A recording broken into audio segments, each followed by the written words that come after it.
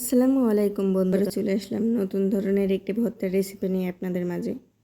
তো আজকে আমি এখানে দুই ধরনের ভর্তা তৈরি করব, টমেটো ভর্তা আর বেগুন ভর্তা। আমি এগুলো সুন্দর করে কেটে ধুয়ে নিয়েছি। এখন আমি লবণ আর হলুদ দিয়ে সুন্দরভাবে মাখিয়ে নিচ্ছি।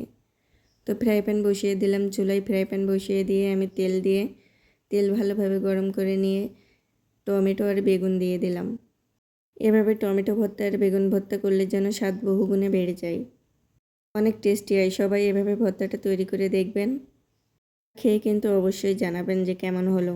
তো এখানে আমি বেগুনগুলো একবারে অল্প আছে ভেজে নিয়েছিলাম, সেগুলো ভাজা হলে আমি উঠিয়ে নিয়েছিলাম। তারপর আমি শুকনো জল ভালোভাবে ডলে নিয়ে তার ভিতর পরিমাণ মতো পেঁয়াজ ধনিয়া পাতা দিয়ে ভালোভাবে চটকে মেখে নিচ্ছিলাম। তো তারপরে দিয়ে দিলাম এর ভিতরে বেশ কিছু সরিষার তেল দিয়ে আবারও ভালোভাবে মেখে নিব। তো এটা সুন্দরভাবে মেখে নিয়ে অল্প একটু আলাদা করে রাখবো টমেটো ভর্তায় দেওয়ার জন্য, আর বাদ বাকিগুলো দিয়ে বেগুনগুলো সুন্দরভাবে মেখে নিব। এভাবে বেগুন আর টমেটো ভর্তা করলে কিন্তু মাছ মাংস রেখে শুধু এগুলো দিয়েই ভাত খেতে হবে।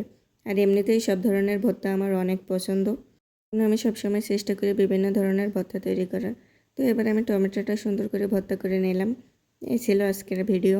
তো ভিডিওটা কেমন লাগলো অবশ্যই জানাবেন, ভালো লাগলে অবশ্যই লাইক কমেন্ট শেয়ার করবেন। Bye bye.